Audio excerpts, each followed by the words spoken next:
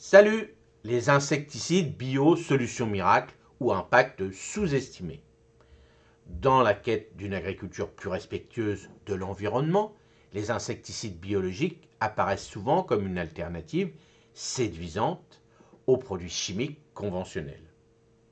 Ces solutions, issues de sources naturelles, sont censées offrir une réponse écologique aux ravageurs qui menacent nos jardins et nos cultures.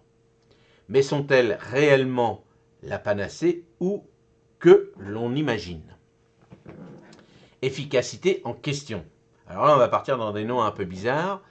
Les insecticides bio tels que les pyréthrines extraits de certaines espèces de chrysanthèmes ou encore le Bacillus thuringiensis, voilà, une bactérie qui produit des toxines mortelles pour certains insectes, ont prouvé leur efficacité contre une gamme spécifique de nuisibles.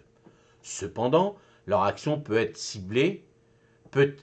plus ciblée et moins immédiate que celle des insecticides chimiques, nécessitant parfois une application plus fréquente ou plus stratégique. Voilà le problème des bio, c'est que alors pourquoi ça coûte plus cher? Parce qu'on en met beaucoup plus. Et puis, c'est vraiment le gros problème, c'est que s'il pleut un peu, s'il fait ci, s'il fait ça, ça marche pas. Donc, des fois, les gars, ils investissent pour rien, entre parenthèses, pour rien.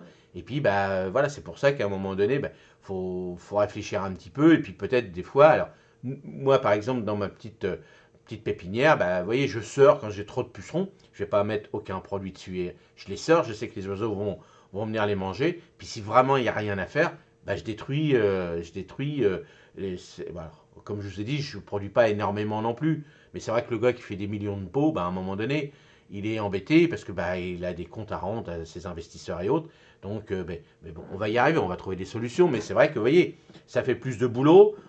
Pourquoi? Parce que en une fois avant, alors malheureusement avant, le chimique, on en mettait une fois, on était tranquille. Mais là, le gars, il va passer 3 4 fois de plus. Donc, le coût, tout ça. Et puis après, faut réfléchir un petit peu à tout ça, quoi. Donc, l'impact environnemental. Les insecticides biologiques sont indéniablement plus doux pour la planète que leurs homologues synthétiques. Leur utilisation n'est pas une conséquence. Leur production, souvent moins concentrée, peut requérir davantage de ressources, tandis que leur application excessive ou inappropriée pourrait affecter des espèces non ciblées et perturber les écosystèmes locaux. Il est donc crucial de les utiliser avec discernement, en respectant les dosages et les périodes d'application recommandées. Voyez. Lutte intégrée et prévention naturelle. Face aux limites des insecticides bio, la lutte intégrée se présente comme une approche globale, combinant méthodes biologiques, physiques et parfois chimiques pour gérer les populations de nuisibles de manière durable.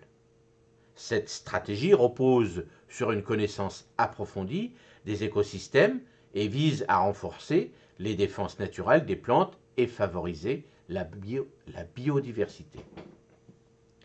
Parallèlement, les pratiques de prévention naturelle, telles que la rotation des cultures, le choix des plantes résistantes ou encore la création d'habitats favorables aux auxiliaires de culture, insectes, animaux, prédateurs, de ravageurs, constituent un premier rempart efficace contre les invasions nuisibles.